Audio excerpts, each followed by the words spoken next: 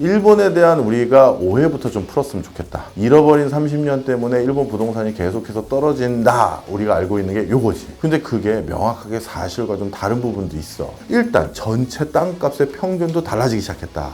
이것들의 가격이 심상치 않은 게 아니라 꽤 올라갔어.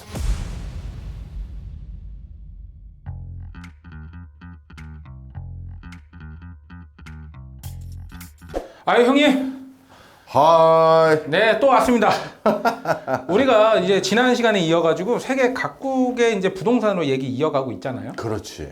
첫 번째 시간이 몽골이었어요. 몽골의 교훈은 뭐였지? 외국 투자는 특히 외국 현지 사람들을 브로커나 브릿지를 이용할 때가 많은데 네. 그때 사기당할 수 있다. 다 나쁜 사람이라는 얘기는 아니지만 네. 그래서 해외 부동산 취득은 한국에서도 너도 생각해봐. 그 건축왕, 빌라왕 무슨 그게 왕이야. 사기왕이지.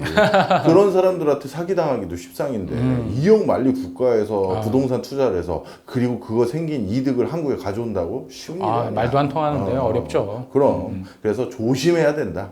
조심해야 요게 된다. 자, 요번에는 어느 나라로 갑니까? 일본이죠. 일본. 야, 가깝고도 먼 나라. 일본 부동산 뭐 해주실 얘기가 많을 것 같은데 진실이 뭡니까? 맞아. 많은 사람들이 그 우리나라 부동산 미래 물어보면서 꼭 일본은 어떤데? 일본처럼 이렇게 될 건데 아니면 일본과 다른데 뭐 이런 얘기를 많이 하잖아. 그렇죠. 그래서 일본 부동산에 대해서 오늘부터 그 다음까지 뭐 3번을 할지 4번 할지 모르겠습니다만 일본 부동산의 요즘 분위기 그리고 우리가 알고 있는 착각 이런 것들을 좀 얘기해 주려고 해. 일본에 대한 우리가 오해부터 좀 풀었으면 좋겠다. 네. 잃어버린 30년 때문에 일본 부동산이 계속해서 떨어진다. 우리가 알고 있는 게 요거지. 네. 근데 그게 명확하게 사실과 좀 다른 부분도 있어. 자, 그래서 오늘은 일본의 동경권이라고 하면 우리로 따지면 서울권? 서울하고 수도권, 수도권. 이쪽에 해당되는 지역. 오늘 그걸 중심으로 좀 말씀드리고 네. 다음번에는 기타, 우리로 따지면 비수도권, 나머지 지방에 해당되는 거지. 일본도 나머지 지방에 해당되는 분야가 어떻게 다른지. 부동산의 토지 매너가 싹 갈려가고 있거든. 그래서 그거에 대해서 좀 정리를 하려고 해. 자, 그런데 일본 부동산에 대한 오해를 좀 풀기 위해서는 몇 가지 용어부터 좀 정리를 해야 돼. 네, 용어요. 대표적으로 일본의 도쿄, 동경, 우리가 부르는 거 있잖아. 네, 그렇죠. 이걸 우리로 따지면 뭐로 생각하니? 우리는 보통 서울? 그 오해부터 풀어야 돼요. 일본의 도쿄는 그러니까 동경은 네. 우리로 따지면 서울과 같은 시 단위가 아니야. 비유를 하자면 오히려 비유에 적합한 건 경기도에 가까워. 아, 수도권. 그러니까 경기도에 가깝다는 건 경기도 안에 여러 가지 시들이 있지. 네. 그리고 여러 가지 뭐 경기도에도 군도 있고 그렇거든. 네. 마찬가지로 우리가 동경이라고 부르는 데는 시, 현 이런 것들이 다 나눠져 있는 거야. 그러다 보니까 동경 안에서도 사실 부동산에 대한 토지 매너가 싹 갈려. 그게 하나 일단 용어 정리를 해야 되고 네. 그다음 두 번째 우리가 아파트라고 부르는 것과 일본에서 아파트라고 부르는 게 좀 달라. 아, 그래요? 그러니까 언론에서 일본 아파트 시세가 그리고 동경 일본 아파트 시세 그러면 동경 그럼 우리로 서울 그리고 아파트 그럼 우리의 서울에 있는 아파트. 이렇게 생각하는데 일본에서 아파트라고 부르는 건 우리가 생각하는 그 아파트가 아니야. 일본의 아파트는 이것도 굳이 우리 머릿속에서 떠올릴 수 있도록 그림을 그려보자면 약간 임대형을 더 많이 하는 전세나 월세를 하는 빌라에 가까운 거야. 자, 그러면 일본에서 아파트라고 부르는 건 뭘까? 일본에서는 맨션이라고 부르는 게 우리로 따지면 아파트에 가까운데 정확히 말하면 어떤 아파트에 가까우냐면 주상복합. 그 생각해보니까 제가 몇 년 전에 일본에 갔어요. 우리나라 같은 그런 대단지 아파트를 한 번도 못 본 것 같아요. 중요한 얘기야. 네. 그래서 일본의 이제 아파트 공급에 대해서도 말을 할 텐데 일본은 우리나라처럼 새로운 아파트에 대한 열광적인 선호 이런 게 원래는 많지 않았어. 아, 그래요? 그래서 일본 우리 여러 지방을 가보고 도쿄 시내를 가봐도 긴자나 일부 지역을 빼고는 나머지는 다 다다미방 같은 작은 집들, 단독주택 같은 게 좀 질비하고 높은 층수의 건물들이 별로 없지. 그 이유가 두 가지가 있지.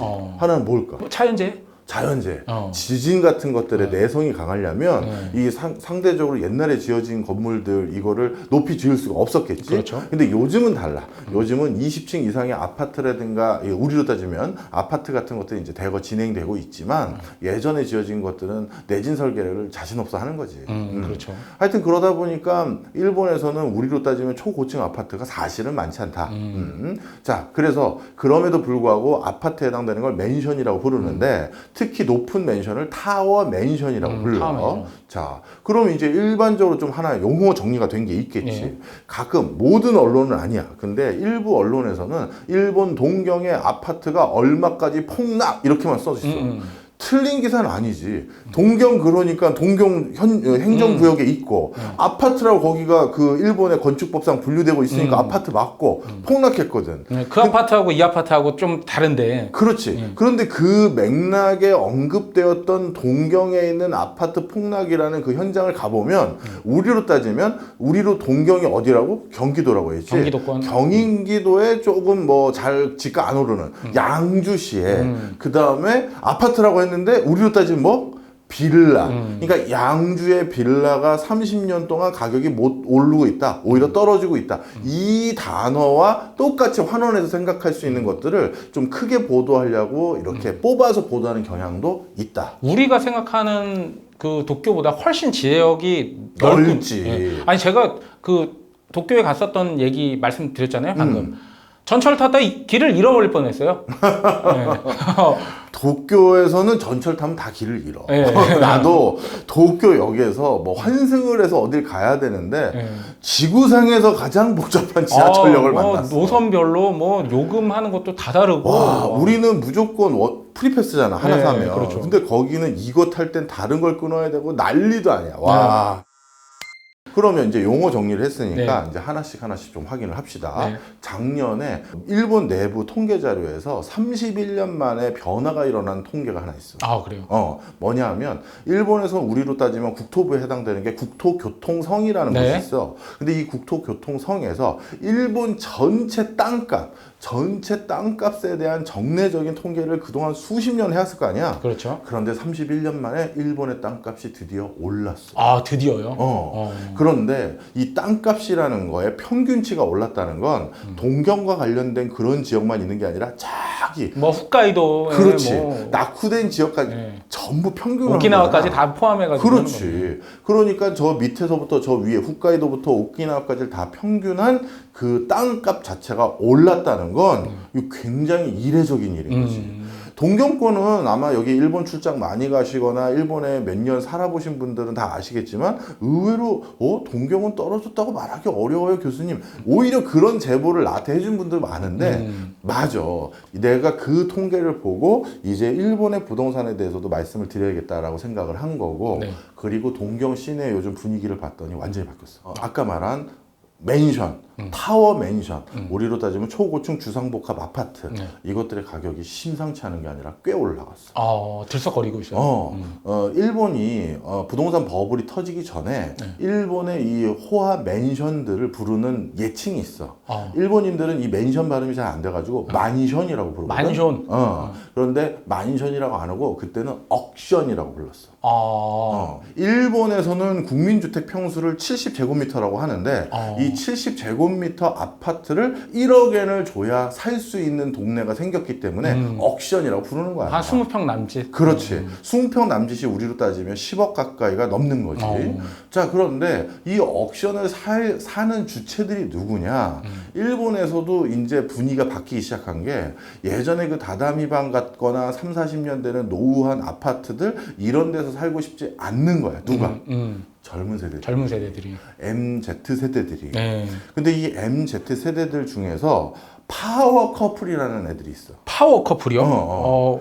이 파워 커플이 또 뭐냐 하면 쉽게 얘기해서 남편하고 자신의 양쪽의 소득이 1,400만 엔 연봉이 1,400만 엔이 넘는 사람들을 파워 커플이라 불러. 한 1억 4천 정도? 그렇지. 이 사람들이 이제 살고 싶은 정주 여건이라는 건 예전에 그 낙후된 아파트가 아니거든. 난방도 잘 안 되잖아요. 그렇지. 일본 집. 그래서 파워맨션이 지금 어떤 형태로 서비스를 제공해주고 있냐면 첫째, 그 아파트 안에는 쉽게 얘기해서 도서관도 있고 아, 피트니스도 있고 커뮤니티에 신경 쓰기 시작했구나. 그렇지. 그 다음에 수영장도 있는 데도 있고 그런 게 좋고 뭐 골프 연습장. 맞아. 그리고 직장에서 가까워. 도심 한복판에 있거든. 예를 들어서 도쿄 미나토구나, 그리고 도쿄의 오다이바. 이렇게 보면 어떻게 보면 도쿄 신시가지지. 네. 이 근처에 굉장히 쾌적한 공원과 또는 도쿄 강변이나 해안가가 보이는 이런 곳에 이렇게 위치해 있는 타워 맨션을 사는 파워 커플 이런 사람이 등장하기 시작하면서 도쿄의 맨션 가격은 천정부지로 올라가고 있다. 이게 이제 일본의 부동산의 특성이에요. 아, 형님 그러면 지금 그 타워 맨션 같은 거 말씀하셨잖아요. 얼마나 올랐어요? 내가 그래서 오늘 통계를 좀 찾아왔어. 네. 그 많은 분들이 또 객관적인 통계를 궁금해 하실 테니까. 땅값은 30년을 떨어지다가 작년에 처음 반등한 거고, 네. 그리고 집값은 최근 26개월 내리 상승 국면을 그리고 있다. 그 중간중간에도 상승 잠깐 했던 텀은 있어. 그런데 이렇게 2년 이상 타워 맨션이라는 걸로 불리우는 것들이 계속 올라간 경우는 드물다. 아 그러면 2년 이상 지금 부동산 가격이 올라가는 거는 이거 추세 전환이라고 볼 수 있을까요? 추세 전환이라고 볼 수가 있어. 그래서 연도를 두 개를 꼽으면 네. 2년 전보다 도쿄에 있는 타워 맨션들은 20% 가까이 가격이 뛰었고, 그 다음에 2013년도 이때가 부동산 저점을 한번 찍었을 때거든. 네. 이 2013년과 비교하면 72% 올랐어. 그러다 보니까 일본 동경권에 아까 말한 사람들이 신시가지로 선호하는 지역들 같은 경우는 2013년 이래 지금까지 2023년이니까 10년 동안 물론 중간중간 꺾인 거 있지. 네. 어떻게 수직으로 계속 오르니. 그렇지만 결국은 72% 상승했다. 자, 그러다 보니까 일단 여러분들이 앞으로 그 부동산과 관련된 질문을 할 때 이런 질문. 그럼 일본은 어떻게 된 거예요? 이거는 이제 하면 안 된다. 일본은 어떻게 된 거야? 라는 질문의 밑바닥에 뭐가 있다? 일본 무조건 떨어지고 있다는 걸 전제하고 그렇지. 물어보는 거죠. 그런데 그게 아닌 것들이 너무 많다 보니까 이제 그렇게만 말을 하기가 어려워진 상태고 이거는 일본에서도 그래서 드디어 어떤 칼럼들이 많이 나오냐면 부동산이 됐다라고 부르는 경우가 많아. 예전에 원래 부동산은 우리가 알고 있는 한자로 그 부동산이 맞아. 네. 근데 그거를 잃어버린 30년 부동산 버블이 일었을 때 부동산의 앞에 부자를 부담스럽다의 부자로 바꿨어. 아 그래요? 그래서 부동산이 됐다. 부담스러운 부동산이 됐다. 이렇게 바꿨다가 드디어 그 부담스러운 부동산이 부자할 때? 부동산이 그렇지. 부자할 때 그 부동산이 됐다. 이렇게 얘기한 거지. 아닐 부자가 아니라 이제 네. 부유할 부자. 그렇죠. 일단 도쿄권은 이렇게 달라지고 있다는 거 하나 말씀을 드려야 되고. 많은 사람들이 선호하는 곳은 정해져 있는 거야. 그리고 그 선호하는 그곳에서 더 쾌적하고 지금의 소득 수준과 지금의 눈높이에 맞는 삶의 질을 제공해 주겠다라는 집의 문화를 구성해 주는 데는 돈 내고 가는 거야. 그럼 이제 여기서 선택지가 두 개지.